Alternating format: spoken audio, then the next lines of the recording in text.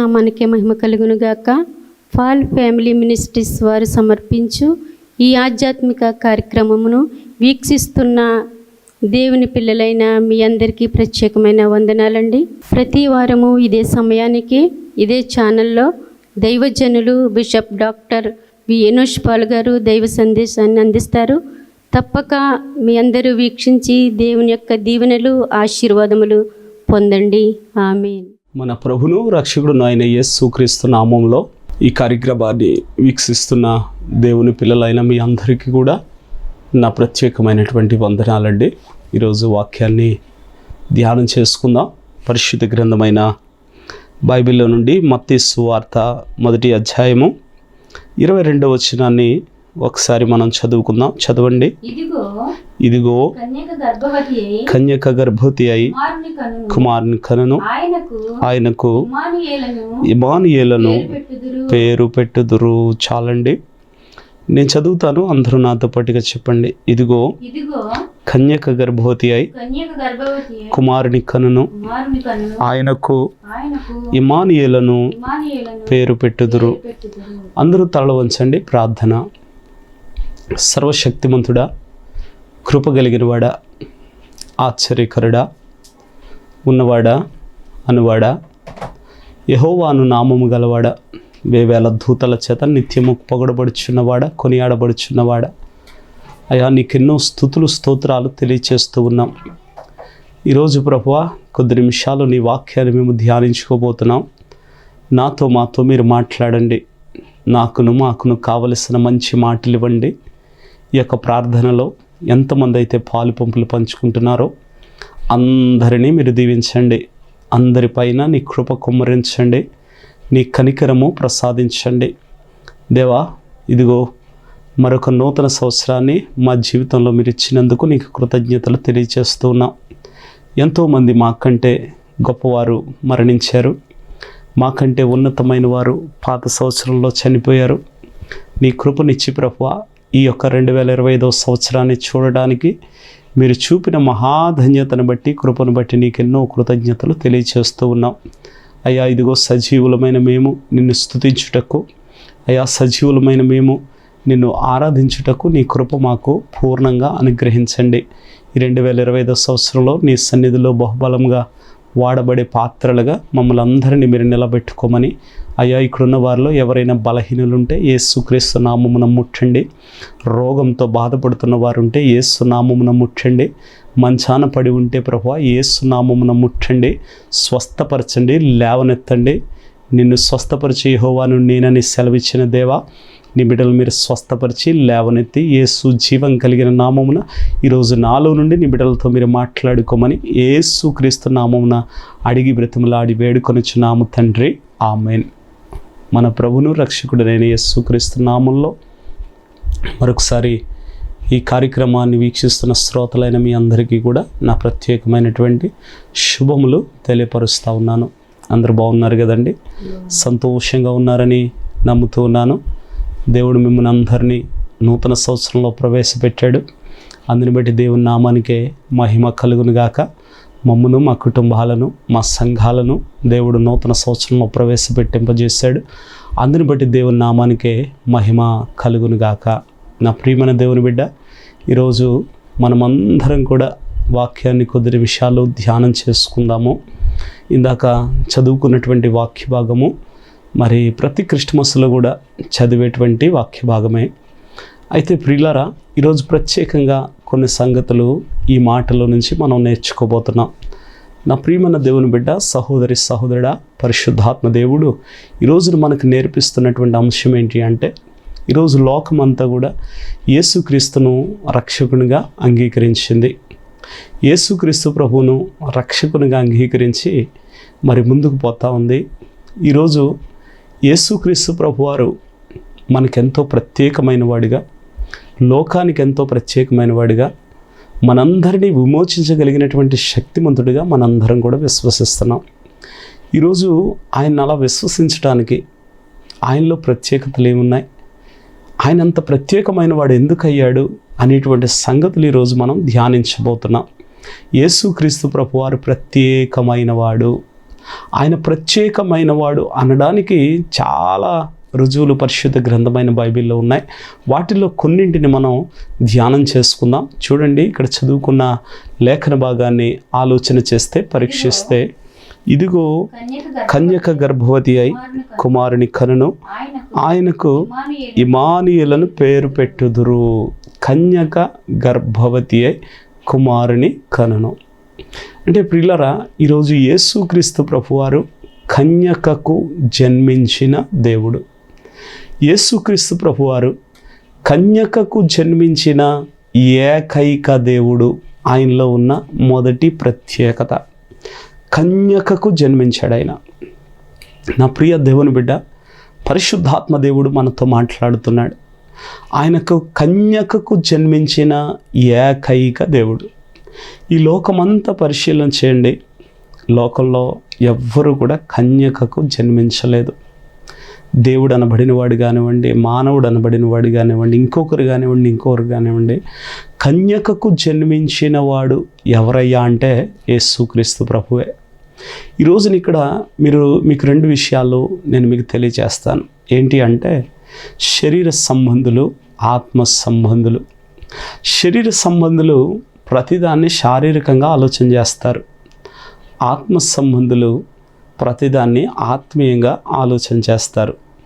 శరీర సంబంధులు ఏమండి, వారికి మనోనేత్రాలు సరిగా పనిచేయవు కనుక దీన్ని వక్రీకరించి తప్పుగా మాట్లాడి ప్రియులారా దేవుని మీద అపనిందలు వేసేవారు చాలామంది ఉన్నారు. ఎంతమంది ఎన్ని అనుకున్నా ఆయన ఎప్పటికీ ప్రత్యేకమైన వాడే, ఆయన ఎప్పటికీ శ్రేష్టమైన దేవుడే, ఆయన ఎప్పటికీ పరిశుద్ధుడే.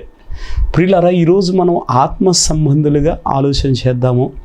ఈరోజు యేసయ్యలో ఉన్న మొదటి ప్రత్యేకత ఏంటి అంటే ప్రియులారా, ఆయన కన్యకకు జన్మించిన ఏకైక దేవుడు. ప్రైజ్ ది లార్డ్, హల్లెలూయా. కన్యకకు జన్మించిన ఏకైక దేవుడు, ఇది మొదటి ప్రత్యేకత.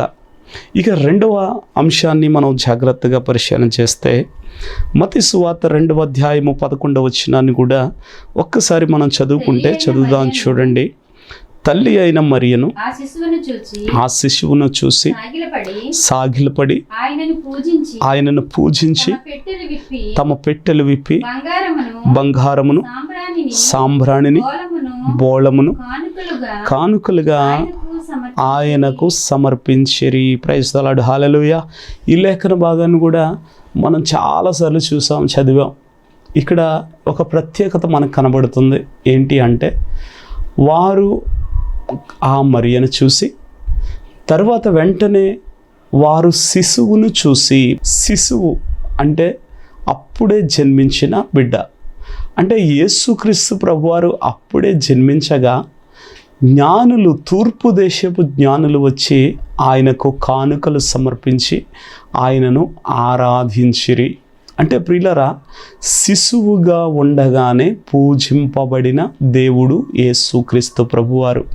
అంతేకాదు, శిశువుగా ఉండగానే పూజింపబడిన ఏకైక దేవుడు యేసుక్రీస్తు ప్రభువారు. గట్టిగా ప్రభుకు స్తోత్రం చెప్దాం, హల్లెలూయా.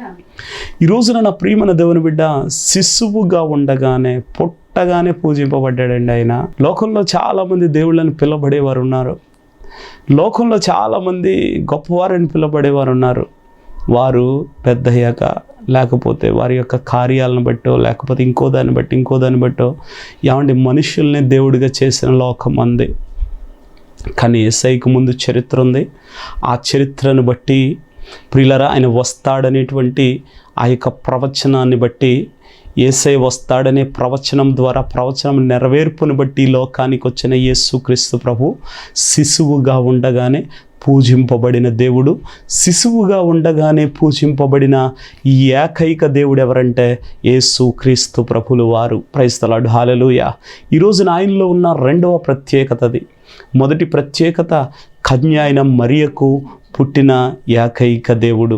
అంతేకాదు ప్రియులారా, రెండవ ప్రత్యేకత మనం చూస్తే ప్రియులారా, శిశువుగా ఉండగానే పూజింపబడిన ఏకైక దేవుడు. Praise the lord. హల్లెలూయా. అంతేకాదు ఇంకా చూస్తే లేఖన భాగాల్ని మనం జాగ్రత్తగా పరిశీలన చేస్తే హెబ్రీయులకు రాసిన పత్రిక 7వ అధ్యాయం 26వ వచనాన్ని మనం చదువుకుంటే, పవిత్రుడును నిర్దోషియు నిష్కల్మషుడును పాపుల్లో చేరక ప్రత్యేకంగా ఉండినవాడు. Praise the lord. హల్లెలూయా. పాపులలో చేరక ప్రత్యేకంగా ఉన్న ఈ ఏకైక దేవుడు యేసుక్రీస్తు ప్రభువారు. గట్టిగా ప్రభుకు స్తోత్రం చెప్దాం. హల్లెలూయా. ఈ రోజున ప్రియులారా, పాపులలో చేరక, పాపిగా ఆయన ఉండక, ఆయన పరిశుద్ధతను చాటుకున్న ఏకైక దేవుడు ఎవరైనా ఉన్నారంటే అది యేసుక్రీస్తు ప్రభు అండి. ఈ రోజున ప్రియులారా, మనందరం చాలా జాగ్రత్తగా గమనించాలి. ఆయన పాపుల్లో చేరలేదు, ఆయనలో ఏ పాపము లేదు. ప్రియులారా, ఆయనలో పాపం ఉన్నదని ఎవ్వరూ కూడా ప్రియులారా చూపించలేనటువంటి పరిస్థితి. Praise the lord. హల్లెలూయా. అందుకే ప్రియులారా, ఈ రోజున యేసయ్య గురించి చెప్తా ఉంది లేఖన భాగం. ఆయన పాపుల్లో చేరక ప్రత్యేకంగా ఉన్న దేవుడు, ఆయన పాపుల్లో చేరక ప్రత్యేకంగా ఉన్న ఏకైక దేవుడు. Praise the lord. హల్లెలూయా. ఈ రోజున ఆయనలో ఏ పాపము లేదండి. ఆయన సిలువేసేటప్పుడు కూడా ఏమంటే ప్రియులారా, ఆయన విచారించినప్పుడు అక్కడ ఉన్నటువంటి పిలాతు అందరూ చెప్పిన సంగతి ఏంటి అంటే, ఈయనలో ఏ పాపాన్ని మేము చూడలేదు, ఏ దోషాన్ని చూడలేదు. ప్రియులారా, అందుకే పిలాతు అంటాడు కదా, ఈ పాపం నా మీద నా పిల్లల మీద ఉండకుండా నా చేతులు నేను కడుక్కుంటాను. నా ప్రియమైన దేవుని బిడ్డ, ఎందుకంటే ఆయనలో పాపం లేదండి. ఆయన పాపుల్లో చేరలేదండి. ఆయన అందరిలాంటి పాపి కాదు. ఆయన పరిశుద్ధుడు, ప్రత్యేకమైన వాడు.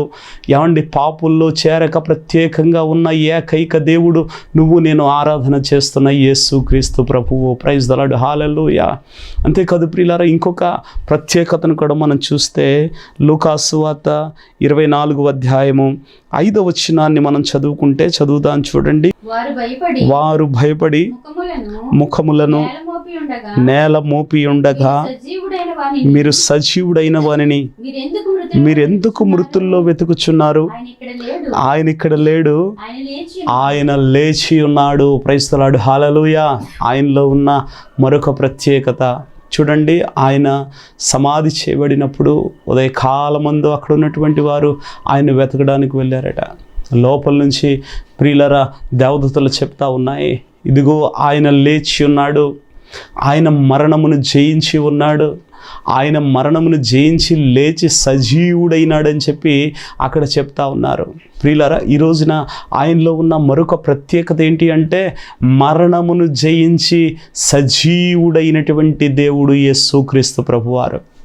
అంతేకాదు ఆయన గురించి చెప్పాలంటే మరణమును జయించిన ఏకైక దేవుడు. Praise the lord. హల్లెలూయా. ఇంకెవ్వరు మరణాన్ని జయించలేదండి. మరణపు ముళ్ళును ఎవ్వరు విరవలేదండి. మరణంతో ఎవరు పోరాడి గెలవలేదండి. నువ్వు గెలవలేవు, నేను గెలవలేను. మనం ఎవ్వరూ మరణాన్ని జయించలేం. నిజానికి మనందరం కూడా చాలా జాగ్రత్తగా గమనించాలి.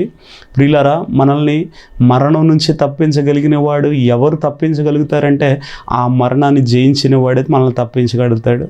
మనల్ని మన పాపముల నుంచి ఎవరు విడిపించగలుగుతారంటే పాపుల్లో చేరక ప్రత్యేకంగా ఉన్నవాడే మనల్ని పాపము నుంచి విడిపించగలుగుతాడండి. ఈ రోజున ప్రియులారా గమనించాలి. లేఖన భాగాల్లో ఒక మాట ఉంటుంది కదా, గుడ్డివాడు గుడ్డివానికి త్రోవ చూపగలడా? చూపలేడు కదా. ఒకవేళ యేసుక్రీస్తు ప్రభువారు కూడా పాప అయితే నిన్ను ఆయన రాజ్యానికి ఎలా చేర్చగలుగుతాడు? చేర్చలేడు కదా. ఆయనలో ఒకవేళ పాపం ఉంటే నిన్ను అక్కడికి ఎలా చేర్చగలుగుతాడు? చేర్చలేడు కదా. ఎందుకంటే ప్రియులారా, ఆయన పాపి మనమా పాప అయితే దేవుని రాజ్యాన్ని ఆయన ద్వారా ఎలా వెళ్ళగలుగుతాం? వెళ్ళలేం కదా. అందుకే ప్రియులారా, ఈ రోజున యేసుక్రీస్తు ప్రభువారు నిన్ను మోక్షానికి చేర్చగలిగిన ఏకైక దేవుడు అండి. అందుకే ప్రియులారా, లేఖన భాగాలు చెప్తున్నాయి, ఆయన గురించి అంటున్నాయి కదా, ఇదిగో ఆయన మరణమును జయించి లేచిన ఏకైక దేవుడు. Praise the lord. హల్లెలూయా. మరణాన్ని ఎవరైనా జయించారా? చూడండి, ఆలోచన చేయండి, లోకాన్నంతా పరీక్షించండి, పరిశీలన చేయండి. ఎవరైనా లోకాన్ని లేదా మరణాన్ని జయించి లేచిన వారు ఎవరైనా ఏమండి ఈ సృష్టిలో ఉన్నారేమో చూడండి. ప్రియులారా, ఈరోజు యేసయ్య ఒక్కడే 3వ దినమందు సజీవుడై తిరిగి లేచాడటండి. ప్రియులారా, ఆయన చాలా బంధాల చేత బంధించారండి. ప్రియులారా, రాతిని అడ్డంగా పెట్టారండి లేవకుండా. ఏమండి ప్రియులారా, అంతేకాదు ఆయనను ఏమండి ప్రియులారా ఎంత మాత్రం కూడా అక్కడి నుంచి కదలకుండా ప్రియులారా ఆయన చుట్టూ ఏమండి 4 చతుష్టయముల సైనికులను ఆయన చుట్టూ కాపలా పెట్టారటండి. ఆయనను దేవుడు సజీవుడై లేచాడు. ప్రైజ్ ది లార్డ్, హల్లెలూయా. మరణమును జయించిన ఏకైక దేవుడు ఎవరంటే యేసుక్రీస్తు ప్రభుల వారు. Praise the lord, hallelujah. అందుకే ఆయన ప్రత్యేకమైన వాడండి, ఆయన ప్రత్యేకంగా ఉన్నవాడండి, మరణమును జయించిన దేవుడు ఆయన. Praise the lord, hallelujah. అంతేకాదు ఇంకా చూస్తే అదే లూకా సువార్త 24వ అధ్యాయం 51వ వచనాన్ని కూడా మనం చదువుదాం చూడండి. వారిని ఆశీర్వదించుచుండగా ఆయన వారిలో నుండి ప్రత్యేకింపబడి పరలోకమునకు ఆరోహణుడాయను. ప్రైజ్ ది లార్డ్, హల్లెలూయా. ఆయన ఏం చేయబడ్డాడంట? పరలోకమునకు ఆరోహణుడయ్యాడంటండి. అంటే మరణాన్ని జయించి తిరిగి లేచిన తర్వాత మరలా పరలోకానికి ఆరోహణమైన దేవుడు ఎవరంటే యేసుక్రీస్తు ప్రభువారు. ఇంకొక మాటతో చెప్పాలంటే మరణాన్ని జయించి తిరిగి లేచిన తర్వాత పరలోకానికి ఆరోహణమైన ఏకైక దేవుడు ఎవరంటే యేసుక్రీస్తు ప్రభువారు. ప్రైజ్ ది లార్డ్, హల్లెలూయా. ఇంకెవరైనా ఉన్నారా పరలోకానికి ఆరోహణమైన వారు? ఆయన తండ్రి యొద్ద నుంచి వచ్చాడు, మరలా తండ్రి యొద్దకు చేరాడు. ఆయన ఒక ప్రణాళికతో ఇక్కడికి వచ్చాడు, ఆ ప్రణాళికను సమాప్తం చేసుకుని ఆయన మరలా తండ్రి యొద్దకు చేరాడు. ప్రైజ్ ది లార్డ్, హల్లెలూయా. ఆరోహణమైన దేవుడు ఎవరంటే యేసయ్యే. ఆరోహణమై తిరిగి మరలా తండ్రి యొద్దకు చేరిన ఏకైక దేవుడు ఎవరంటే యేసుక్రీస్తు ప్రభువే. ప్రైజ్ ది లార్డ్, హల్లెలూయా. ఆయన ఆరోహణమై ఏమండి ప్రియులారా వెళ్ళినటువంటి దేవుడు. ప్రైజ్ ది లార్డ్, హల్లెలూయా. ఆయన అందరూ అక్కడ చూస్తూ ఉండగానే అందరిలోని ప్రత్యేకించబడ్డాడంట. ఆయన ఆరోహణమై వెళ్ళిపోతున్నాడు. నేను ఇదిగో ఆదరణకర్తను మీకు పంపిస్తా ఉన్నాను, ఆదరణకర్త మీకు తోడుగా ఉంటాడు. ఈ రోజున మనందరం కూడా గమనించాలి, గ్రహించాలి. ఆరోహణమైన ఏకైక ప్రత్యేకత కలిగినటువంటి దేవుడు ఎవరంటే యేసుక్రీస్తు ప్రభువారేనండి. అంతేకాదు ఇంకా చదువుకుంటే లేఖన భాగాలను చదివితే లూకా సువార్త 1వ అధ్యాయం 35వ వచనాన్ని కూడా ఒకసారి మనం చదువుదాం చూడండి. లూకా సువార్త 1వ అధ్యాయం 35వ వచనం. దూత పరిశుద్ధాత్మ నీ మీదికి వచ్చును, సర్వోన్నతుని శక్తి నిన్ను కమ్ముకొనును గనుక పుట్టబో శిశువు పరిశుద్ధుడై దేవుని కుమారుడు అనబడును. ప్రైజ్ ది లార్డ్, హల్లెలూయా. పరిశుద్ధుడై అంటే ఆయన పుట్టుకలో కూడా పాపము లేకుండా పుట్టిన దేవుడు ఎవరంటే యేసుక్రీస్తు ప్రభువారు. ఆయన పుట్టుకలో కూడా పాపం లేకుండా తిరిగి లేచిన ఏకైక దేవుడు ఎవరంటే, ఈ పుట్టుకలో పాపం లేకుండా జీవించిన ఏకైక దేవుడు ఎవరంటే ప్రియులారా గమనించాలి, యేసుక్రీస్తు ప్రభువారు. గట్టిగా ప్రభుకు స్తోత్రం చెప్దాం, హల్లెలూయా. ఆయన పుట్టుకలో పాపం లేదండి. ఆయన 33.5 సంవత్సరాలు జీవించాడు. ఆయన జీవన విధానంలో కూడా పాపం లేదండి. అందుకే లేఖన భాగాలు అంటాయి కదా, ఆయనలో కపటము లేదట, ఆయన నడవడికలో, ఆయన జీవితంలో పాపం లేదంటండి, ఆయన బ్రతుకులో పాపం లేదంటండి. లేఖన భాగాలు చెప్తున్నాయి ఆయన పుట్టుకలో కూడా పాపం లేకుండా పుట్టిన ఏకైక దేవుడు ఎవరంటే యేసుక్రీస్తు ప్రభువారు. ఆయన పుట్టుకలో కూడా పాపం లేదండి. ప్రతి మానవుడు మరి జన్మతః పాపి అయి ఉన్నాడు. మనం పుట్టుకలో పాపులమై ఉన్నాం, కానీ యేసుక్రీస్తు ప్రభువారు పుట్టుకలో పాపికి వెళ్ళాడండి. ఆయనను పరిశుద్ధాత్మ ఆవరించినప్పుడు మరి అమ్మను ఏమండి ప్రియులారా, ఆ పరిశుద్ధాత్మ సర్వశక్తి అందినతుడైన దేవుడు తన ఆత్మను తన మీద ఆవరింప చేసినప్పుడు ఆమె గర్భవతి అయింది. ప్రైజ్ ది లార్డ్, హల్లెలూయా. ఆయన జన్మించాడంటే ఆయన పుట్టుకలో కూడా ఏమి లేదండి, పాపం లేదు. పుట్టుకలో పాపం లేకుండా పుట్టిన ఏకైక దేవుడు ఎవరంటే యేసుక్రీస్తు ప్రభువారు. Praise the lord, hallelujah. అంతేకాదు ఇంకా మనం చదువుకుంటూ పోతే ఫిలిప్పీలకు రాసిన పత్రిక 2వ అధ్యాయము 6వ వచనాన్ని ఒకసారి చదువుకుందాం చూడండి. ఆయన దేవుని స్వరూపం కలిగిన వాడై ఉండి దేవునితో సమానంగా ఉండుట విడిచిపెట్టకూడని భాగ్యమని ఎంచుకొనలేదు గాని మనుష్యుల పోలికగా పుట్టి దాసుని స్వరూపము ధరించుకొని తనను తానే రిక్తునిగా చేసుకొనెను. ప్రైజ్ ది లార్డ్, హల్లెలూయా. అంటే దేవుడయ్యుండి మానవుడిగా ఈ లోకానికి వచ్చిన దేవుడు ఎవరంటే యేసుక్రీస్తు ప్రభువు. దేవుడై ఉండి ఆయన ఉన్నతమైనటువంటి ఆ గొప్ప మహిమను విడిచిపెట్టి ఒక మానవ మాత్రుడిగా ఈ లోకానికి వచ్చి లోకాన్ని ప్రియులారా రక్షించడానికి మనిషి రూపంలో వచ్చినటువంటి దేవుడు ఎవరంటే యేసుక్రీస్తు ప్రభులు వారే. ప్రైజ్ ది లార్డ్, హల్లెలూయా. అంటే ఆయన గురించి చెప్పాలంటే ఏమండి ప్రియులారా, దేవుడే మానవుడిగా వచ్చిన దేవుడైన, దేవుడే మానవుడిగా వచ్చిన ఏకైక దేవుడైనండి. Praise the lord, hallelujah. ఈ రోజున చాలా జాగ్రత్తగా దేవుని వాక్యాన్ని మనం అర్థం చేసుకుంటే ప్రియులారా, పరిశుద్ధాత్మ దేవుడు మనకు చెప్తా ఉన్నాడు. ఈ రోజున చాలామంది ప్రియులారా, అసలు ఆయన ఇక్కడికి ఎందుకు రావాలి, మనిషి రూపంలో ఎందుకు రావాలి, మనిషి రూపంలో ఎందుకు రావాలంటే మనిషిగా చెప్తేనే మనుషులకు అర్థమవుతుందండి. ఉదాహరణకి మీకు ఒక చిన్న ఉదాహరణ చెప్తాను, అందరూ జాగ్రత్తగా వినండి. ఏంటి ఆ ఉదాహరణ అంటే, ఒక చోట చీమలు లైన్గా వెళ్తున్నాయటండి. వెళ్తూ ఆ చీమలు ఆ చివరన ఆ కింద ఒక అగ్ని అగాధం ఉంటే ఈ చీమలన్నీ వెళ్ళి లైన్గా వెళ్ళి అగ్ని అగాధంలో పడిపోతున్నాయంట, చనిపోతున్నాయి, కాలిపోతున్నాయి. ఇదంతా ఒక యవనస్తుడు చూస్తూ ఉన్నాడు. చూసి ప్రియులరా, చీమల్ని ఎలాగైనా కాపాడాలనేటువంటి ఆలోచన అతడు కలిగి ఉన్నాడటండి. ఆలోచన కలిగి ప్రియులరా, ఆ చీమలు అగాధంలోకి వెళ్ళిపోకుండా ఉండాలంటే ఏం చేయాలని ఆలోచన చేసి వాటికి మధ్యన ఒక గీత గీశాడట. చూడండి, చీమలు లైన్గా వెళ్తున్నప్పుడు గీత గీస్తే అవి ఆగుతాయి. ఆగిన తర్వాత మరలా కాసేపటికి ఏం చేస్తాయంటే లైన్ పెట్టుకుని మరలా వెళ్ళిపోతూ ఉంటాయి. అలాగనే ప్రియులారు ఇవి ఏం చేస్తూ ఉన్నాయంటే ప్రియులారు గమనించాలి, అక్కడికి వెళ్ళిపోతున్నాయండి. కాసేపటికి ఆ గీత దాటుకుని మళ్ళీ దారేసుకుని వెళ్ళిపోతున్నాయి. అబ్బాయి ఇలా కాదని చెప్పి ఏం చేశాడంటే ఒక పుస్తకాన్ని మధ్యలో అడ్డుపెట్టాడటండి. ఆ పుస్తకాన్ని అడ్డుపెట్టిన ఈ యొక్క చీమలు కాసేపు ఆగాయి, కానీ మరలా పుస్తకం మీద నుంచి దారి పెట్టుకుని ఏం చేస్తున్నాయంటే వెళ్ళిపోతున్నాయి, అగాధంలో పడిపోతున్నాయి, కాలిపోతున్నాయి. అబ్బాయి ఇలా కాదనుకుని చెప్పి ఏం చేశాడంటే మరి సౌండ్ బాక్స్, లౌడ్ స్పీకర్స్ పట్టుకొచ్చి ఆ చీమల దగ్గర పెట్టి, చీమలారా మీరు దయచేసి ఆ వెనక్కి ఆగండి, ఎందుకంటే అక్కడ అగ్ని ఉంది, మీరు వెళ్ళి అందులో పడిపోతున్నారు, మీరు అందులో నుంచి మీరు రక్షించబడాలంటే ఇక్కడ ఆగిపోవాలని చెప్పి ఆ లౌడ్ స్పీకర్స్ పెట్టి చెప్పాడంట. అయినా చీమలకు అర్థం కాదు, ఎందుకంటే నువ్వు లౌడ్ స్పీకర్ పెట్టినా, పుస్తకం అడ్డు పెట్టినా, లేకపోతే మధ్యన గీత గీసినా, నిజానికి గీత అంటే ప్రియులారా గమనించాలి, శిక్ష, పాపానికి వచ్చేటువంటి శిక్ష. ఏమంటే పుస్తకం అనగా ఏమంటే పరిశుద్ధ గ్రంథమైన బైబిలు, అది పెట్టిన మానవుడు ఆగటం లేదు. ఇక లౌడ్ స్పీకర్ అనగా ప్రవక్తలు, అనేక మంది ప్రవక్తలు వచ్చి చెప్పారు, అయినా మానవుడు వినలేదు.